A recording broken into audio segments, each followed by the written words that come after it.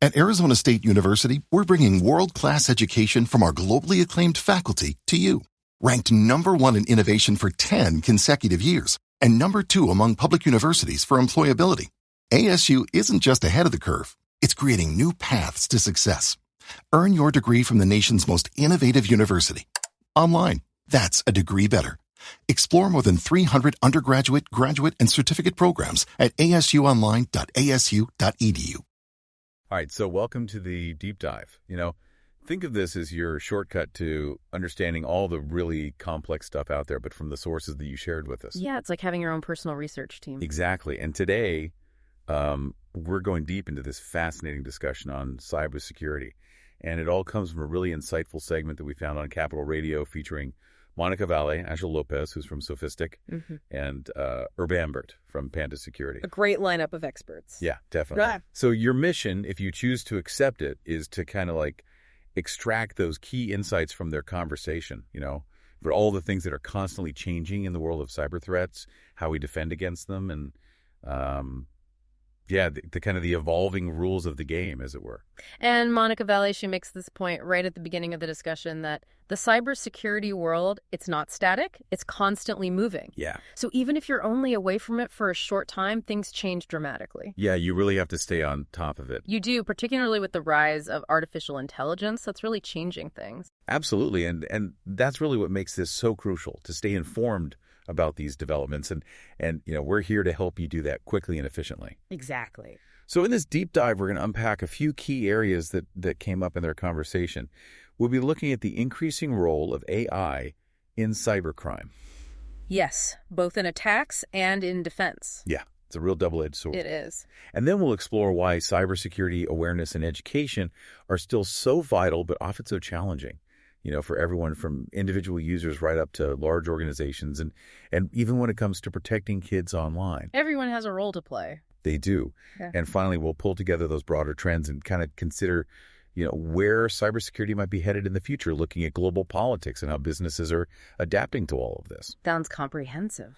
So let's jump in and unpack this, starting with AI. Okay, so AI, it really is a double-edged sword when it comes to cybersecurity. Right. And one of the first things that stood out from the Capital Radio discussion was this police operation that took down a network that was using AI-generated fake ads to defraud investors. Wow. Out of something like 19 million euros. Oh, my God. According to a BitLife Media report.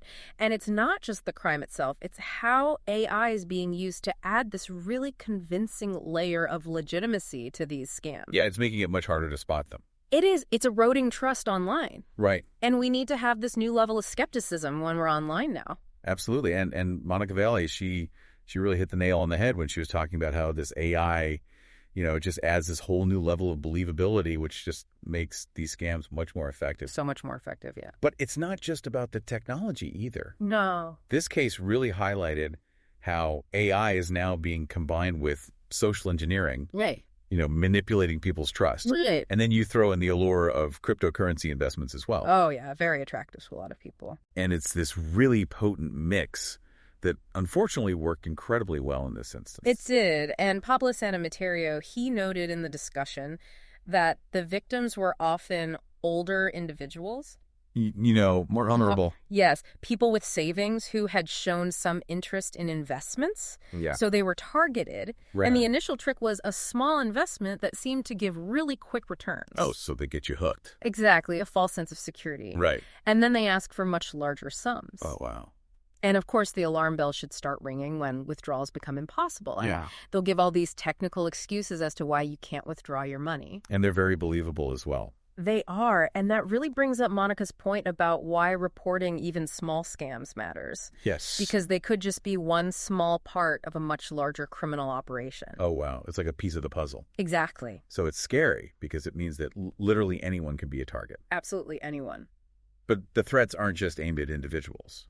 We also heard about this potential data breach. Huge one. Affecting maybe even 50% of X users. X, formerly known as Twitter. Yeah, it's crazy. It is. And this alleged leak involved a huge file containing what seems to be real user data, email addresses, names, locations, how they interact on the platform, all sorts of things. All sorts, yeah. And what's really concerning is the possibility that this is actually a combination of two separate data leaks. Oh, wow. One from 2023 and another from potentially early 2025. Oh, my goodness. Totaling maybe 200 million records. That is a lot of data. Huge amount. And X hasn't officially confirmed this yet, but the amount of data and how sensitive it is, if it is true, is very worrying. Yeah, the implications for future attacks are huge. They are, because exposed user information like that is a gold mine for attackers. Yeah. They can use it to create really convincing phishing campaigns. Yeah, or target specific individuals as well. Exactly. So it's like a treasure trove for these criminals. It is. It paints a picture of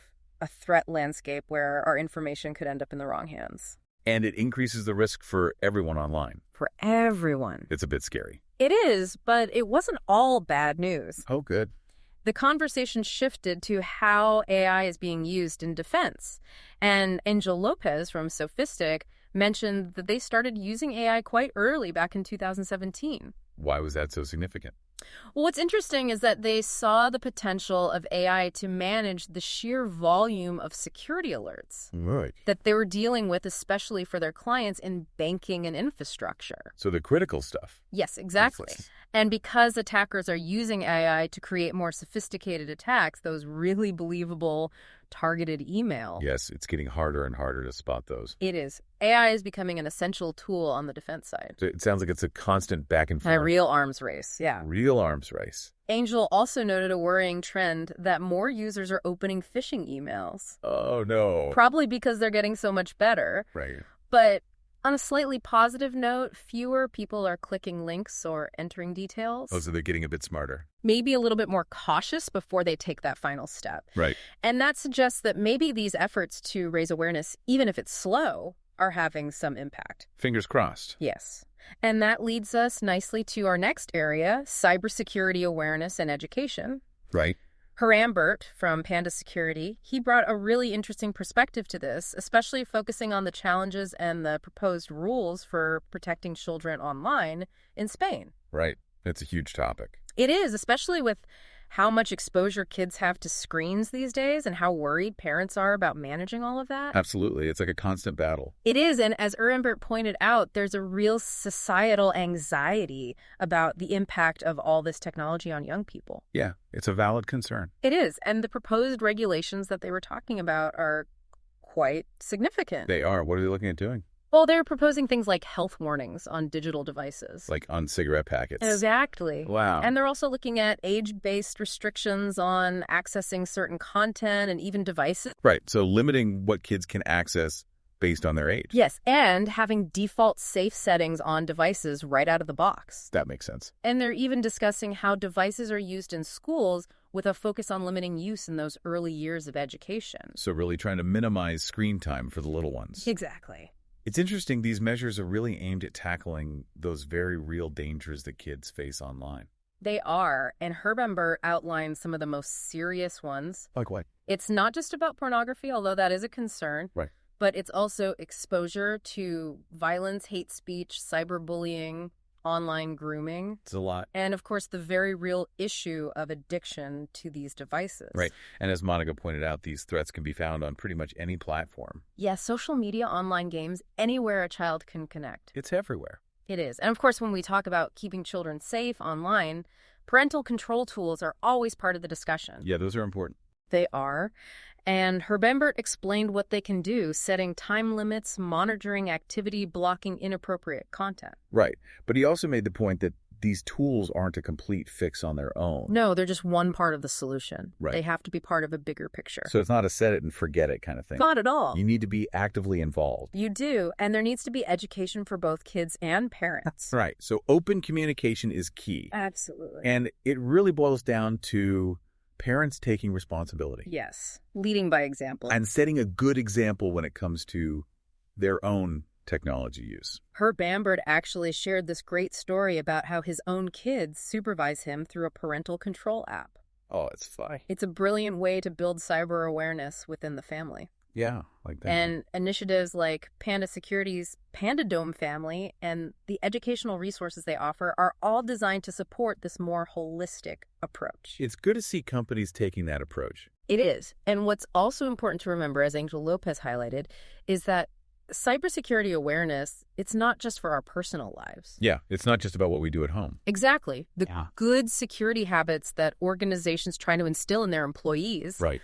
they need to carry over into their personal lives as well. So what we do at work should be reflected in what we do at home. Exactly. Our digital footprint doesn't just disappear when we leave work. Right. Consistency is key. It is. So let's shift gears a little bit now and dive into some of the trends. Okay. And what the future of cybersecurity might look like based on Sophystic's 2024 Cybersecurity Trends Report that Angel mentioned. Okay. And he shared some really interesting findings. He did. One of the most surprising was this significant drop in the number of critical security alerts for businesses. Oh, that's good news. It's a positive sign. Right. It suggests that companies are addressing their most serious weaknesses. Right. Through things like security audits, which are like health checks for their systems. Yeah. And penetration testing, which is basically a simulated attack. To find the holes. Exactly. But it's important to remember that while the critical alerts were down, the medium and low severity alerts remained quite high. So they're tackling the big problems first. Yeah, it's like fixing the biggest holes in the boat first. Makes sense.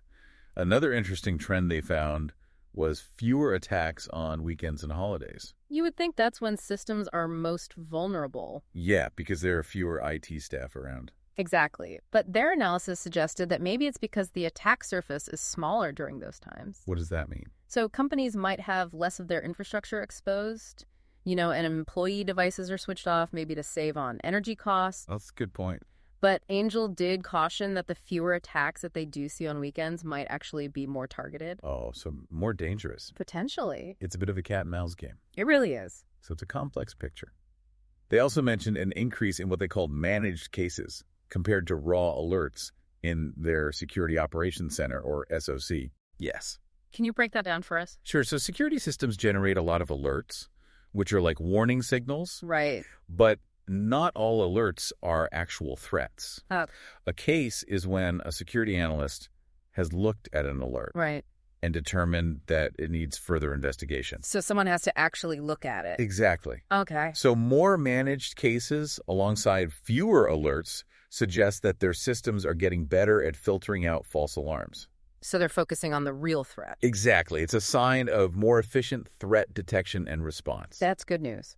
It is progress. Angel also gave his broader view on the cybersecurity landscape, and he mentioned that Sophistic has been focusing more on working with clients in banking and critical infrastructure. Right. Why that shift? Well, he explained that these sectors were more aware of the potential risks early on. Right. So back in 2013, when many other industries were maybe a little bit naive. Yeah, less aware of the dangers. So different industries are at different stages of understanding. They are absolutely. And he also touched on the increasing trend of ultra-specialization within cybersecurity. Yes, and it really underscores how complex the field is becoming. Because the threats are more sophisticated. Exactly. So you need experts in very specific areas. You do, from network security to malware analysis to cryptography. Right. It's a whole range of skills. It is. And alongside this specialization, Angel emphasized the need for clear communication. Right. So these experts need to be able to explain things. They do. In a way that everyone can understand. Yes. From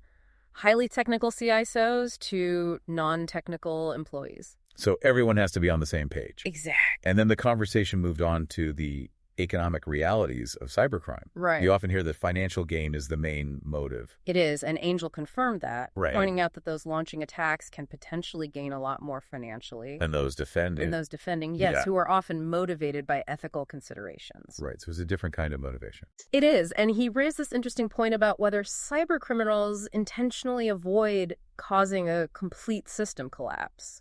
Oh, because that would harm their business. Exactly. It's like a dark economic ecosystem. Yeah, it's a strange world. It is, and we also can't forget the geopolitical side of things. Right. Nation-state actors might have motivations that go beyond just money. Exactly. Their goals could be espionage disruption or even aggression in the cyber realm. So it adds another layer of complexity. It does. Angel also highlighted how critical automation has become in security operations centers. Yes. Because of those demanding response times. Exactly. You can't just rely on humans anymore. Things are moving too fast. They are. And then, of course, they talked about basic cyber hygiene practices. The fundamental. What were some of the key things there? Things like closing unnecessary network ports and keeping software up to date. The simple things. Yes, but crucial for reducing vulnerabilities and cutting down those alerts. Right, so less work for the security teams. Exactly, and while progress is being made with those critical vulnerabilities, Right. he noted that the less severe ones are often overlooked. And those can still be exploited. They can, absolutely. So you can't let your guard down. Not at all. Angel also mentioned a meeting at Moncloa, the official residence of the Spanish Prime Minister, Right. about increased spending on defense. Yes, specifically cyber defense. And what were they discussing there? The main focus was on how to best utilize Spanish talent and intellectual property within the cybersecurity sector. Right, so strengthening Spain's defenses by supporting local expertise. Exactly. And that leads into the business side of cybersecurity. Yes. Angel mentioned Google's acquisition of Mandiant Right. as an example of investment in the sector. Yes. And it shows how important and how much cybersecurity is growing. And he raised a question for European and specifically Spanish companies. He did. How can they demonstrate their expertise and attract more investment? So they can compete globally. Exactly. It's about building strong cybersecurity industries within Europe. And international expansion is a challenge for many Spanish firms. It is. And Angel pointed out that while there might be easier entry into Latin American markets. Right, because of the cultural similarities. Yes, the U.S. market is much more challenging. Right. There are perceptions about quality, and it's harder to access capital. So they need more support. They do potentially greater support from institutions to adopt local technologies. Right, so backing their own. Exactly. And finally, looking ahead to 2025. Yes. Angel made a prediction. He did. Based on what they're seeing, he anticipates a potential increase in data leaks. Oh, no. Stemming from employees experimenting with new AI tools. Without understanding the risk. Without the proper security awareness, yes. So another thing to worry about. It's a constant balancing act between embracing innovation and maintaining security. Yeah, so it's not going to get any easier. It seems not. So let's wrap up this deep dive into the Capital Radio discussion. What are the key takeaways? Well, we've seen a cybersecurity landscape that's constantly evolving, Right. driven by the increasing capabilities of AI. Right, and the need for cybersecurity awareness and education at every level. Absolutely. From individuals protecting their data to families keeping their children safe online to organizations training their employees. It's critical. And the future of cybersecurity is shaped by this complex mix of technological advancements, the human factor, and global and economic forces. It's that. It's a lot to think about. It is, and it leads to a really important question for you. Okay. With AI becoming more sophisticated in both attack and defense, Right. how will individuals and organizations need to adapt to stay ahead? And what role will our own personal responsibility play? It's something we all need to consider. Absolutely. We encourage you to explore any of these areas that sparked your interest. Yes. Maybe look into how AI is being used in cybercrime, or find resources on online safety for your family. Or delve into the emerging trends in threat intelligence. There's so much information out there. There is. But remember, this deep dive is just the starting point Yeah, it's your first step for your own journey to stay informed and secure. in our increasingly connected world. Exactly. So stay safe out there. Stay safe. And we'll see you next time on The Deep Dive. See you then. At Arizona State University, we've made online education better, smarter, and more personalized so you can go further in your aspiring field. I decided to pursue medicine once I realized that ASU did have the online program for biological sciences. You're still required to learn the same curriculum. You're still being tested on the same content that anyone would be tested on in person. The comprehensiveness of the program prepared me so well for medical school. Explore over 300 programs at asuonline.asu.edu.